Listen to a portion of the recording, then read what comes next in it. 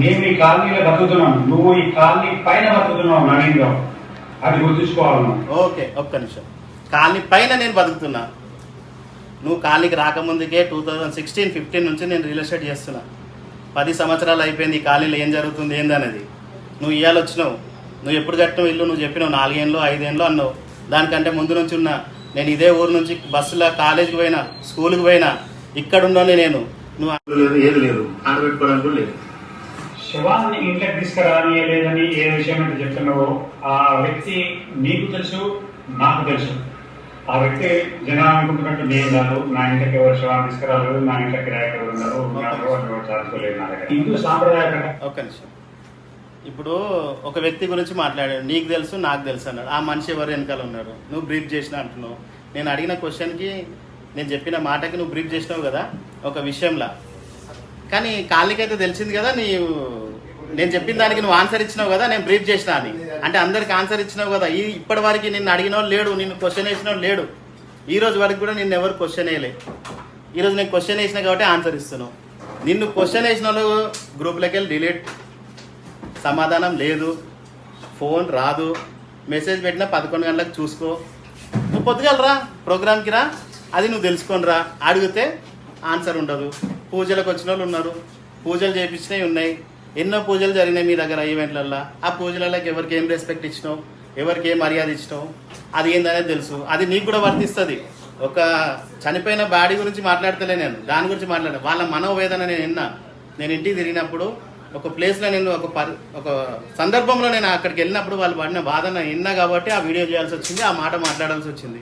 నీకో చట్టం, నాకో చట్టం, కాలనీకో చట్టం లేదు. ఒకటే రాజ్యాంగం ఉంది. ఆ రాజ్యాంగం ప్రకారంగా బతకండి. విలువియండి, ఫస్ట్ విలువియండి, విలువిచ్చి మాట్లాడండి. హిందూకు కొన్ని వాళ్ళ పద్ధతులు ఉంటాయి. వాళ్ళకు ఈ విషయమై స్పెషల్లీ వ్యక్తిగత ఆచారాలను మనం గౌరవించాలి, కానీ దానికోసం వాళ్ళని కించపరచదు. ఎవరికైనా కొన్ని పద్ధతులు ఉంటాయి, ఆ పద్ధతులు వాళ్ళు పాటిస్తారు, అది వాళ్ళ వ్యక్తిగతం.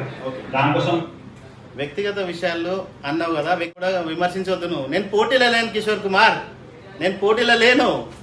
పోటీలు ఉన్నా అనుకుంటున్నావా నువ్వు ఎందుకు సమాధానం నాకెందుకు ఇస్తున్నావు? నన్ను ఎందుకు టార్గెట్ చేసి మాట్లాడుతున్నావు? పోటీలో లేనోనికి నేను ఒక్కని పోటీలో లేకపోతే నేను అంతెందుకు భయపడుతున్నావు?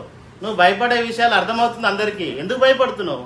తప్పు చేసేటోడే భయపడతాడు, తప్పు చేయనాడు భయపడాడు. నీ మాటలలో, నీ ఫేస్ వాల్యూలోనే, నీ ఎక్స్ప్రెషన్లోనే కనబడుతుంది. నువ్వు నీ చూస్తే తెలుస్తుంది. నాకెందుకు సామె నువ్వు చెప్పే నీతి భోగాలు ఏమో అంటారు సామెత. ఇప్పుడు మాట్లాడితే బాగుండదు. Please, we cannot force anybody to keep the body in the house. Okay.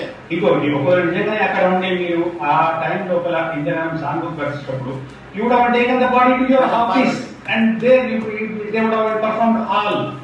ఆ పని చేసేయండి. అది చేయకుండా ఇటువంటి అవాండాలు వేయడం వాళ్ళ మీద. ఈ మాటలలో కనబడుతుంది కదా మన మనిషి లీడర్, కాలనీ లీడర్ ఎలా ఉండో ఫేస్ ఊహాలు కనబడుతున్నాయి కదా. చూడండి కొంచెం, అది చూడండి. నేను మాట్లాడినప్పుడు ఎట్లుంది, ఈయన మాట్లాడినప్పుడు ఎట్లుందో చూడండి. మనిషి మాట్లాడుతుండా, ధైర్యంతో మాట్లాడుతుండా, బలం ఉందా లేదా చూడండి.